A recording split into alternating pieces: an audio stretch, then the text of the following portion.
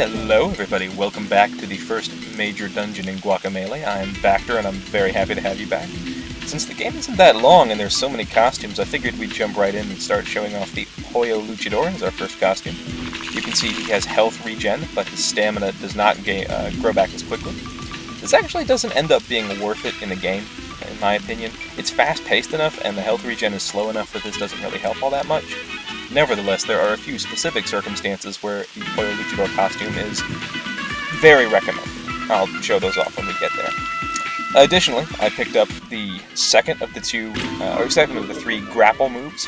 I have the two most useful now, in my opinion, the suplex, which is the splash damage, hurts so many people, and the pile driver, which is massive damage to one enemy. Both very useful. Duskblood we'll get to later. I also picked up a stamina upgrade, so you can see that we have the requisite 3, and we are now at 3 stamina blocks. I like this guy. He, whatever he was doing in the temple is beyond me, but he is sort of looking out for us. So, World of the Dead, big old swirly vortex, time to rooster uppercut into it. If there's a way to enter the World of the Dead voluntarily that doesn't involve a rooster uppercut, well, I don't want to know about it. Especially since we're actually dressed as a chicken, I suppose. So you can see these blocks that were opaque earlier, that were transparent earlier, are now opaque. That's a mechanic of the game. Anything that's shimmery, and some things that aren't, but mostly just things that are shimmery, will be different in the world of the living as opposed to the world of the dead. This actually reminds me a good bit of one of the Metroid games, Metroid Echoes, or Crown Echoes. It's kind of a neat little mechanic, and obviously this will come into play basically for the whole rest of the game. We are in sort of a unique position, having been kind of killed, but not really. Anyway, here is that lady that we saw before. I don't know that I'd call us husky. I mean, we're certainly not skinny. You can see that she at least talks to Jaguar Javier. I like this character, actually.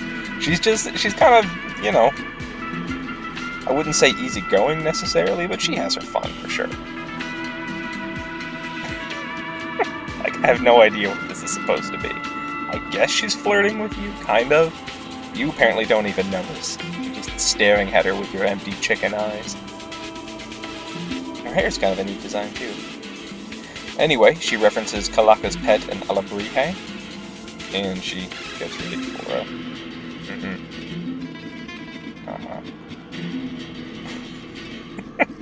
She cracks herself up. I do like that character. She also mentions these Aluxes. These are these annoying little enemies here. They only have one attack, and that is this jump spin attack. I'm sure we'll see them here before too long.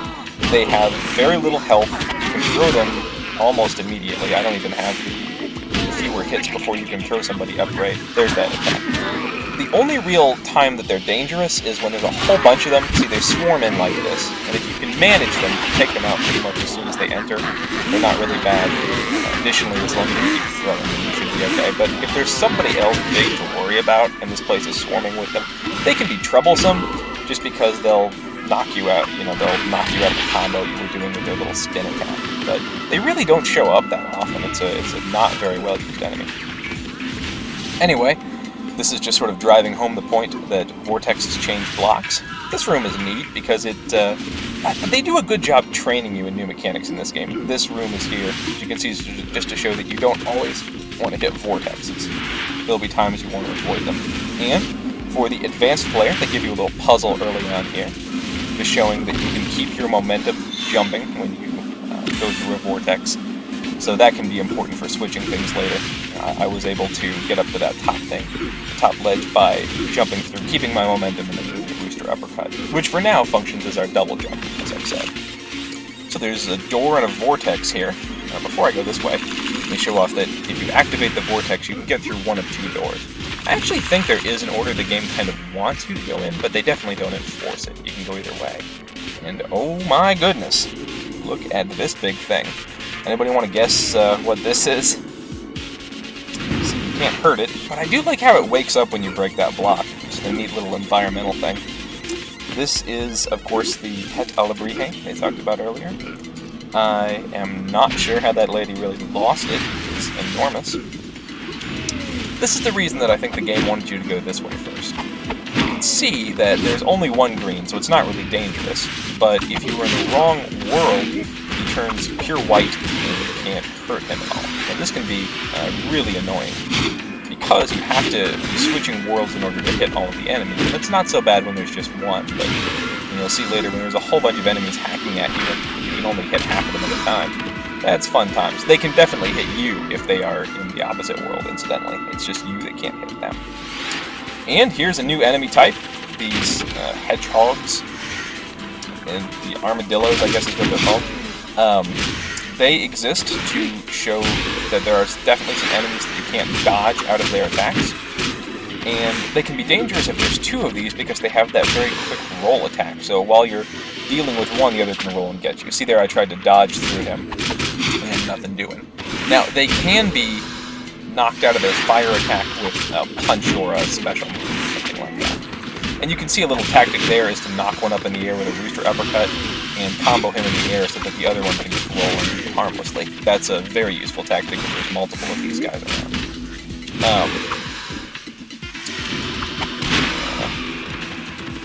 These will show up quite a good bit as opposed to the other new enemy that we saw there. So now here we are in Alebrije Central. You can't hurt it, incidentally. You can try to punch it or uppercut it, whatever, it does not even notice. But hey, a very new Chuzo statue for us. I'll just take one of those. This goat guy just gets everywhere. He's a teleporter, I guess. See why you'd want to use it, goat man. You know, I'm not really sure if we actually need his instruction, if we could have figured this out on our own. I don't know. As you can tell, the goat jump is obviously just a wall jump, but it isn't. Whatever. He just names moves whatever he wants to. Yes, so we now have wall jumps, which makes it a good bit, we are now a good bit more mobile. Uh-oh.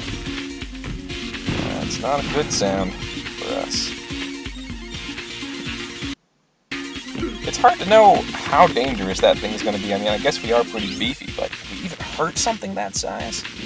We'll find out. You can't follow it. I don't know where it was supposed to have gone. Now, this guy here, in any other costume, just tells you that if you hold onto the W button on the PC, I'm sure it's something else for PlayStation, you can either roll down or stick to a wall, which I'm demonstrating here. You can either slide down or stick to a wall. And that's useful in some few places. I didn't find it to be tremendously useful, except in some parts of the game where you obviously have to use it. We were done with that section. Going right just takes you back to where the Alebrije was sleeping. So, half down, time to go left. Now this is finally where they start throwing a little more dangerous combinations of skeletons at you. You can see that just through carelessness there I got hit, and that's sort of an embarrassing hit by that yellow man there. But they do not have much tolerance. The green guys, if you're on a different level, you're pretty much safe because they can only attack straight, but the yellow guys can jump and hit you pretty well. This is another new enemy type, the green armadillo. They're a little harder to deal with, two of them, because you can't just knock one up in the air and let the other one pass underneath you because they do that jump attack. But don't forget that you can interrupt any of the armadillos with any attack. So, as long as you keep an eye on where they are, they're not so bad. The armadillos are mainly problematic when there's somebody else that you're fighting against, and we'll see some of the other enemy types in this dungeon that are not so fun. This is a neat little environmental thing. You switch, obviously, between the portals, and that knocks the... can't believe I hit there. You knock the reds down a level. One thing that I have to say I really like about this game, and I will mention it a little bit more in the next room, because I almost forgot to put it out of there, is people have criticized it a little bit due to being short. But look, you see that there's enemies and chests there. This actually never comes up again. I don't think there is a single other instance of enemies and chests in the whole game. Likewise, that environmental switching to knock enemies down into lava, I don't think that ever comes up again. So it's true, this is sort of a shortish game. You know, we're a not inconsiderable amount through it after even this first dungeon. There's still plenty more to go, but you know, we're not going to be like 3% done. We're going to be probably 15% done after this first dungeon or something like that. But they really make use of that. I mean, if you think about it, Portal 1 was a short game. Now, I'm not saying this is as good a game, or at least in the same category, even if you compare it as Portal. I mean, obviously the two are just very different. But, you know, one advantage of short games for me is they really don't have any time to wear out their welcome. So, this is one of those frustrating arenas. Doing a lot of dodge rolls is almost necessary here. If you weren't up on your dodging, you'd have to jump around, I guess. And so one frustrating thing is, even though you can't attack the enemies who are in a different color than you, or who are in a different world than you, I guess, you can't move through them, they still block you. So they block you, they can hurt you, you can't hurt them. All told, that's a pretty annoying scenario. Now here's a little enemy management. Even though the yellow is a more annoying one to me, that actually makes it even more valuable for me to attack the reds first. I want an open, clear field in which I can handle the yellow. And here you can see I'm basically doing anything I can to just keep him off of its feet.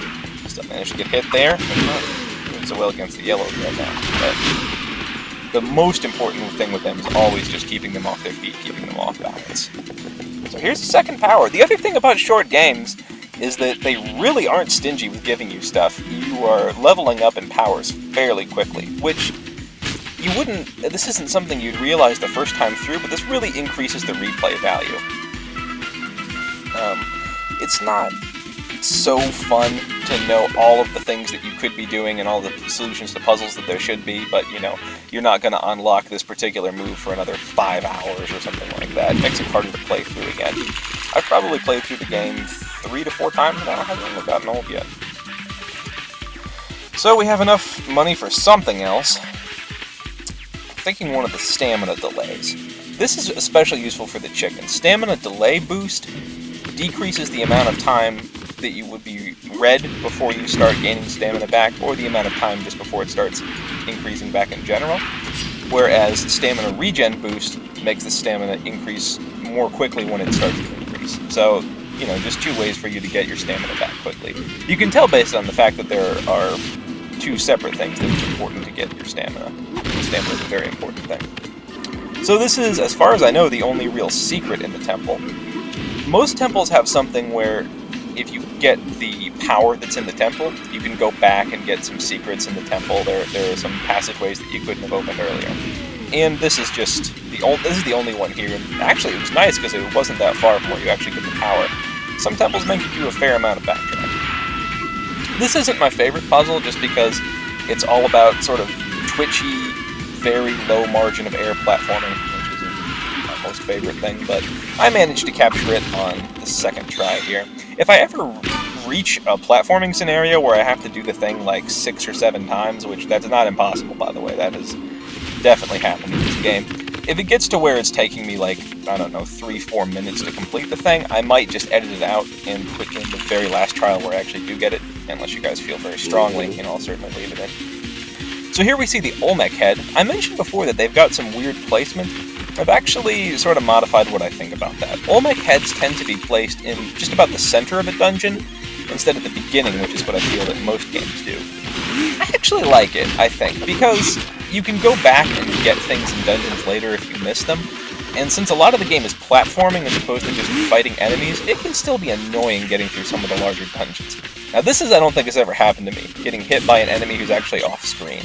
That's a new one. I guess they loaded these enemies up here, you know, I didn't even know that happened. Anyway, I was saying about the Olmec heads.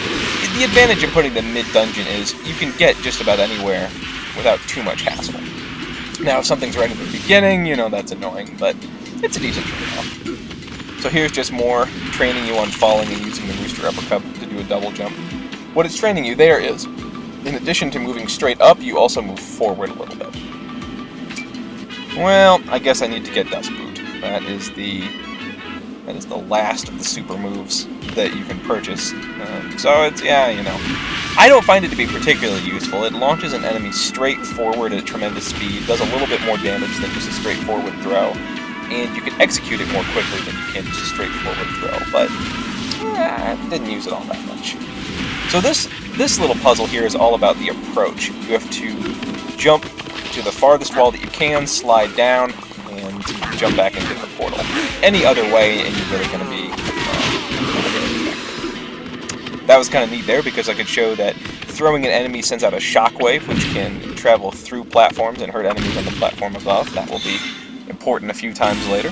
And hey, excellent! We get a second health boost before the end of this dungeon, whatever that may bring. This is just a little shortcut back. They're really good about giving you shortcuts through tough platforming sections. I have seen an Alebrije. Yeah, it's weird that you lost him, because he is enormous. So, despite her cool, fun-loving exterior, we can see that maybe there's a little, jealousy going on here in the ranks. Looks like the witch lady is sort of upset that El Presidente's daughter has caught the eye of Calaca. We're getting a whole bunch of, oh, maybe next time, Luchador. So, you get the sense that she's going to be an eventual boss. Now, this is annoying because you want to do a lot of dodging for the yellow guys, but you cannot do dodging for the armadillos. It's so great on enemies that are tough when you get that little W. You really look forward to seeing it, because it means you don't have to worry about punching them. All you have to do is get within grab reach, and then you are going to be invulnerable, and they are going to take a lot of damage. I didn't mention this earlier, and I really should have. You see I did the Olmec's headbutt there. It really launches enemies. It has got the most wind-up of any of your special moves, so it's the hardest to pull off, but it A, does more damage, and B, as you can see, just really sends the enemies flying. So, if there's somebody you don't want to deal with for a few seconds, you can Olmec headbutt them, they'll go flying, and have your precious time. You can also see that things can be tough when dealing with these huge Esqueletos here. They've got two attacks. One of them is a single punch that they recover from instantly, and the other is this big wind-up, green glowing fist whole series of punches that tires them out. So you actually like to see that one. Their attacks obviously take a lot of damage, but you can roll through them, which really changes things for me, because they're only vulnerable in their heart. So what you want to do is jump up there and be attacking them, usually from the front, but then you're sort of vulnerable to getting clipped by their punch attack, but you can actually roll out of the way of it, which is great. So you see here, after he's done, he has that little bit of time where he's sort of exhausted. I thought when I first fought them you could probably only hit them when they were exhausted, but no, you can pretty much hit them anywhere. Anywhere above waistline, the game seems to count as heart hits, which is, again, nice. They do take some pains to make this game not annoying in any kind of way. The armadillos, I think I should have said this earlier, are especially annoying if they're in the opposite world, because they're one sort of saving grace usually. You can't dodge their attacks. You can dodge attacks usually by enemies that are in different worlds unless they're fire attacks. But you can't actually dodge the armadillo's attacks. You can punch them and interrupt their attacks, but of course that doesn't work if they are in the wrong world. So they're super annoying that way. Well, you can see that we are almost at Calaca, so we probably won't get a full fight. Ooh, looks like you murdered somebody. I hope that's not El Presidente's daughter. I'm not really clear if she can teleport or if she has to stay near us, or... Uh-oh. I bet I know what that is. Bad feeling too, lady. I'd say we'd better. Now, normally I would just take off and dash as far as I can, as fast as I can, but I feel like I wanted to wait around for a second just to show you. Yep, this is the Alebrije. It's angry, it's charging, and it is totally unfightable. A single graze from it will knock you out, wipe you out. That was a little closer than I liked. A good general rule here is do not fight the Esqueletos that you find along your way. That just slows you down, and as soon as they touch the Alebrije, they are also destroyed, so it's not like you have to worry about them. This actually isn't that tough of a boss fight. Usually I think when we fight bosses I'm going to try to put in a little strategy section, just kind of teaching you what to do, but this is just a fast platforming section, really. It's sort of a boss. He doesn't have moves or anything like that, I guess what I'm saying. You need to keep your eyes open. Notice the reference there, for any people that want to get the move right. You need to keep your eyes open and headbutt any blocks that you can headbutt and go through any portals or anything like that, but there's not really any trick beyond that. Well, she's not going to be happy. Mm-hmm. She's so mad. I bet it wasn't that good of a relationship anyway. I'm just going to get that out there.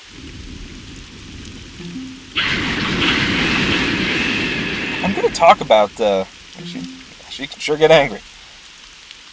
And once again, the next time we meet kind of thing. Is he even a man anymore? I'm not sure.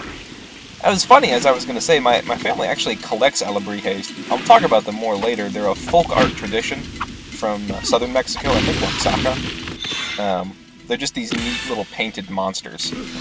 Like I said, once I found out what they were, I was like, oh, we've got a whole shelf full of those in my basement. Anyway, they drop us down into the temple. This might be a reference to the Aztecs, who sometimes had a little chute to sort of push people down once they were sacrificed, because they did a lot of sacrificing. It's nice that it dropped us right next to the Olmec's head, which we can use to take back to Santa Lucita. You can see the open map here. So, I hope you enjoyed this section, and I will see you guys in next solo mission.